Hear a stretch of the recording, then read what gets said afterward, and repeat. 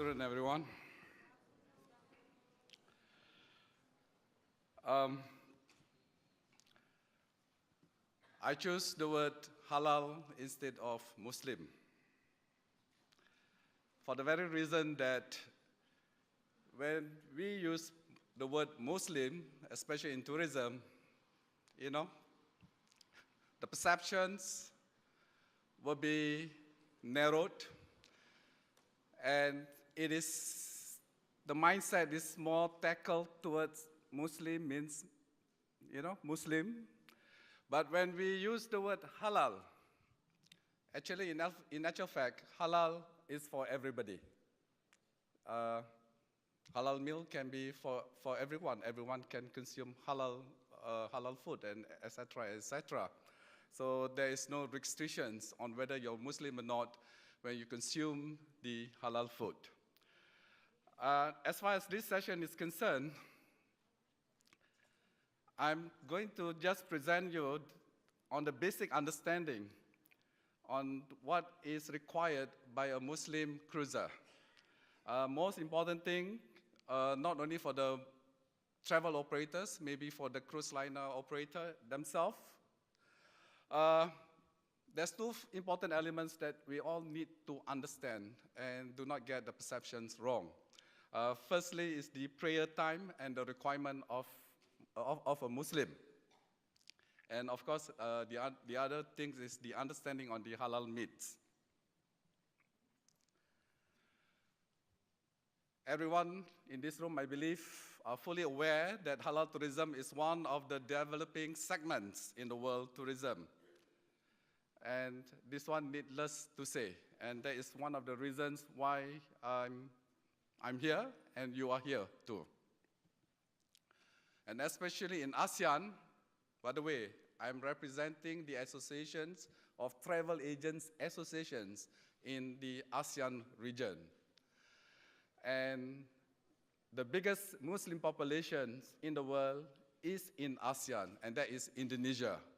And away from Indonesia, Malaysia, Singapore, we have a good numbers of Muslims, including in Cambodia, as well as in Thailand and Philippines.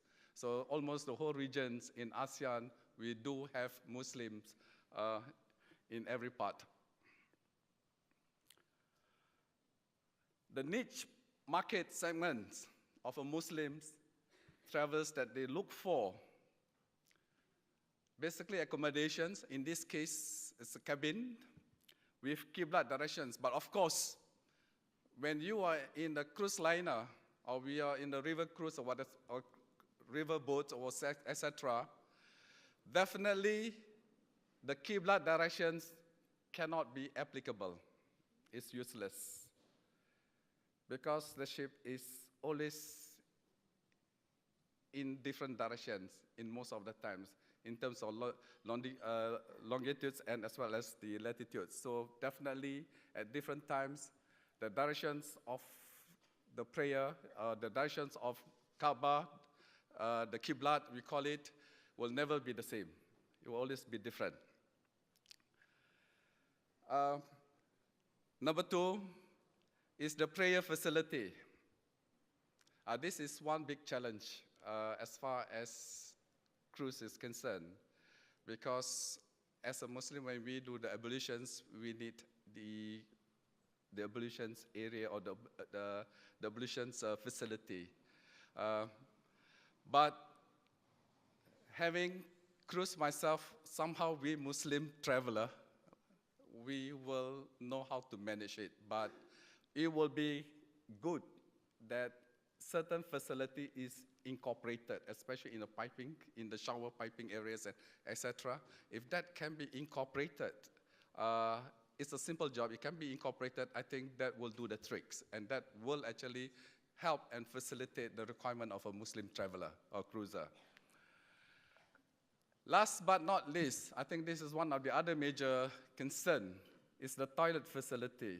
I mean, toilet with bidet in actual fact, because today this is easily available, and especially you use the Japanese model, it's there. So I think this is actually a must and something that seriously need to be considered. Otherwise, they can find an alternative, but a little bit messy sometimes, you know. Now, we talk about the halal food in the cruise, and we talk about the shore excursion. Halal food, this is the tricky part of the halal food. As far as restaurants is concerned, the main thing about the halal food, on the requirement, Islamic requirement, is that all the meats must be properly prepared in accordance to the Muslim requirement. That's one. But the most important thing also is that the utensil use is a requirement, is a must. So therefore, it will be good if you can have certain restaurants, 1 or 2 restaurants, just to facilitate, and especially on the part of utensil, that is more important. Because I think on the food side, if you provide seafood, it's easy.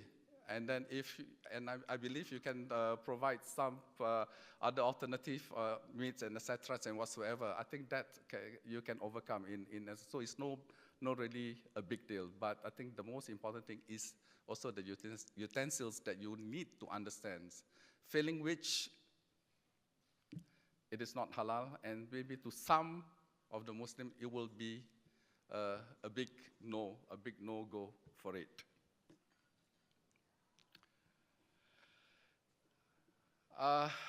Wi-Fi, I think this is very, very interesting.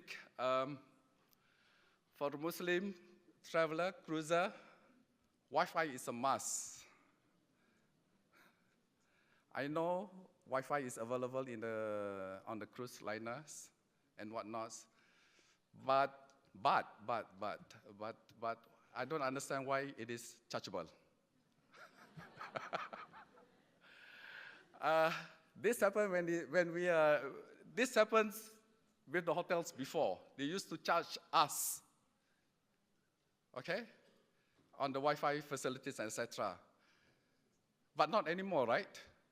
For that matter, some of the hotels even provide you with extra gadget for you to travel anywhere in any part of the cities, and you're still connected with it. And I think in this room, you're all connected without any further charge. I think it's about time that the cruise liners to start to think about why you shouldn't charge Wi-Fi anymore. One, I think it helps you because why? Today's the trend. Everybody want to post on Instagram, Facebook, etc. and whatnot. By itself, it actually promotes you, promotes your products, because they are showing to their friends where they are and whatnot. And they are on the cruise. And which cruise are they on? And they're enjoying themselves. I think that this in itself helps you, right?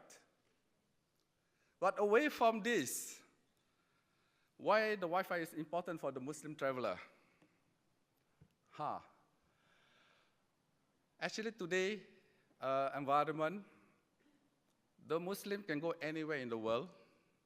They can check in any hotels without any Qibla directions on the ceilings or in the drawers, etc., of the hotel rooms, etc.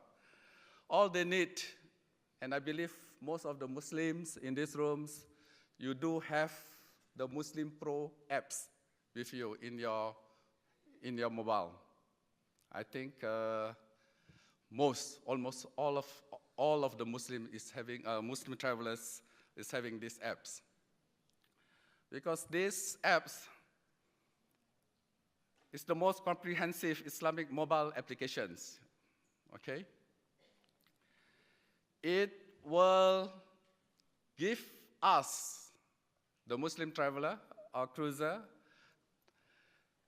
the right directions to Mecca or to the Qiblat, or directions of where we are supposed to pray. And as I said, once they switch on these apps, depending on the cost of the ships, etc., they can actually get the right directions. And that also depends when they check, because every time the ship is on the move, so every time they need to check to get the exact locations. Yeah? So this is one of the reasons why, for the purpose of prayer. Second thing is that they also need to know the prayer time. Their prayer time once they are in that locations. So you're out in the sea. So maybe between Indonesia and Malaysia, there's times difference, and of course there is also prayer times different, etc. So depending on the time, then they will know exactly when they are supposed to do the prayer. So actually, these apps helps a lot as far as the cruise liner operators is concerned. You don't have to do very much. Everything is all in there already. And this is for general information. As a Muslim, yes, I'm sure all of us, for the non-Muslim, you are aware that as a Muslim, we are required to pray 5 times a day. Yes, that is very, very correct. But we have a provisions. As a traveler, where we travel X number of distance, we are giving some provisions. So the day prayer and the night prayer, we are allowed to combine. So for the Muslim, they know what to do with this. So this apps also helps them a lot. So that's the reason why they need the connections all the time. Okay? So in this aspect, the provisions allows them to combine the afternoon prayer, the 2 afternoon prayer into 1, and the 2 evening prayer to become 1. So therefore, they only need to pray 3 times a day instead when they are overseas on the move, traveling. All right, this is just for general information. And most important, as I mentioned just now, the apps provide real-time locations, and also the apps will also detect the exact locations and the exact times and the prayer times. I think this is the key to all. Last but not least, it would be nice as a tour operator or as a cruise liner, as a gesture to your Muslim cruiser and whatnot, to provide them a very simple, light prayer mat, something like that. Because if you can have this, and you can even have your logo on it and whatsoever, and then that will, it's so simple. And then they remember you, there's an experience, they remember you, and they remember you to come back and to also recommend, and they talk about it. Oh, I go on this cruise and got this and whatnot. And as it can be from the tour operator yourself, or it can also come from the cruise liner. And I think that's something for you to consider. And that will be all for these sessions. I think if I want to talk about halal, there's more, but I've been under strict instructions because of time constraint. Thank you very much. Thank you very much, Datuk Hamzah, for sharing with us those insights.